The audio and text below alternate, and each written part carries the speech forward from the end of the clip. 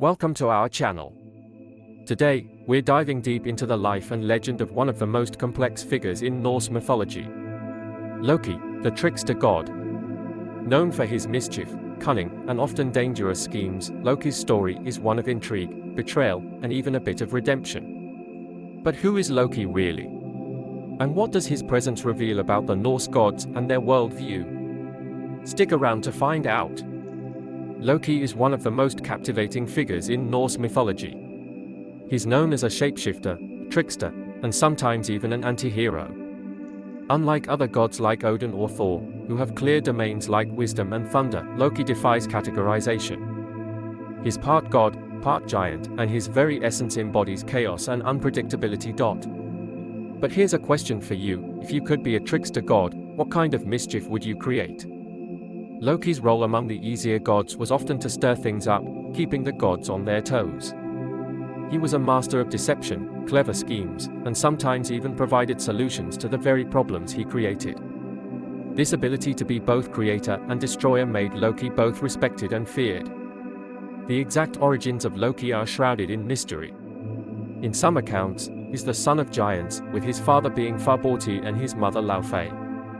Although Loki is associated with the gods, he's never entirely accepted as one of them. Instead, he often sits at the edge of their world, weaving in and out of their plans and lives. Here's something to ponder: do you think Loki's status as an outsider made him more dangerous, or did it allow him to see things others couldn't? Loki's heritage as part giant is significant because it places him in a unique position, bridging the world of gods and the primal forces of nature. Giants in Norse mythology are usually seen as the gods' adversaries, representing chaos and destruction. This duality in Loki's nature sets the stage for his complex relationships with the Aesir. Loki's trickery isn't just harmless fun, it's often life-changing, sometimes even catastrophic. Some of his most famous exploits include tricking the blind god Hod into killing his brother Balder, shapeshifting into various forms, and causing mischief that forced the gods into some incredibly tight spots.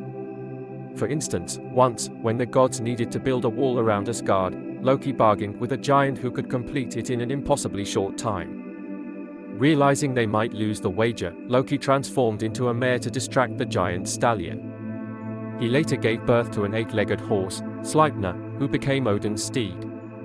Quick question: do you think Loki's chaotic acts were necessary for the gods to accomplish certain tasks, or did they create more harm than good?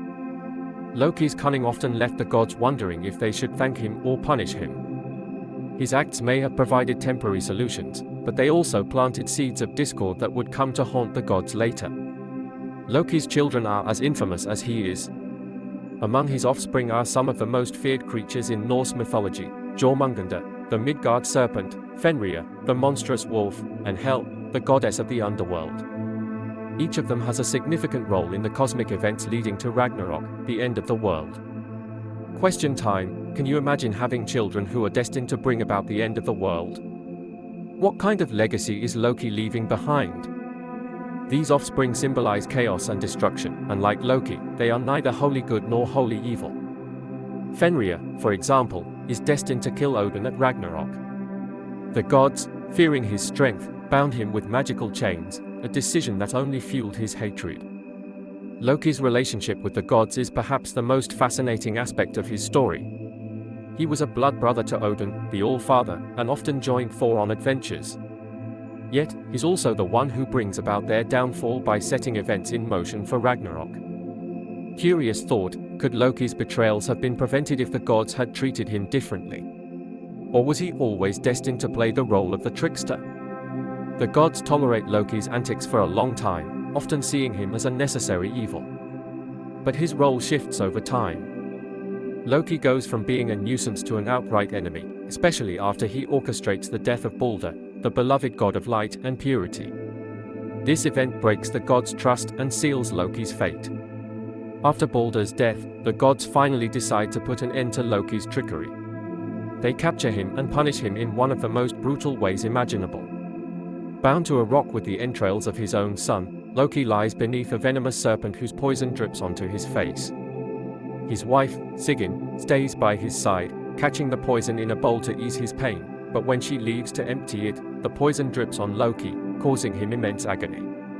Question to think about: do you believe this punishment fits Loki's crimes, or is it too severe for a god known for his cunning and mischief? This punishment reflects the gravity of Loki's betrayal, but it also reinforces his role as a figure of suffering and resilience. It's said that his struggles shake the earth, causing earthquakes, a reminder of the impact Loki has on the world even in his punishment. Loki's story doesn't end with his punishment. According to prophecy, he will eventually break free at Ragnarok, the Norse apocalypse. In this final battle, he joins forces with the giants and leads them against the gods. He and Heimdall, the watchman of the gods, prophesy to kill each other in a climactic showdown. Last question: do you think Loki's role in Ragnarok makes him a villain, or is he simply fulfilling his destiny as the harbinger of change? Loki's actions at Ragnarok can be seen as the ultimate act of rebellion, but also as a force of cosmic balance. In Norse mythology, destruction is necessary for renewal, and Loki embodies that destructive power. Whether he's seen as a hero, villain, or simply a catalyst, his story is essential to understanding the Norse concept of life, death, and rebirth. Loki's complex and contradictory nature makes him one of the most fascinating figures in mythology. He's a trickster, a god, a father of monsters, and the harbinger of doom. Loki defies easy explanation, challenging us to think about the nature of good and evil, chaos and order. What do you think? Was Loki misunderstood, or did he get exactly what he deserved? Let us know in the comments below. Thank you for watching, and don't forget to like, subscribe, and hit the notification bell for more explorations of mythology, folklore, and ancient legends.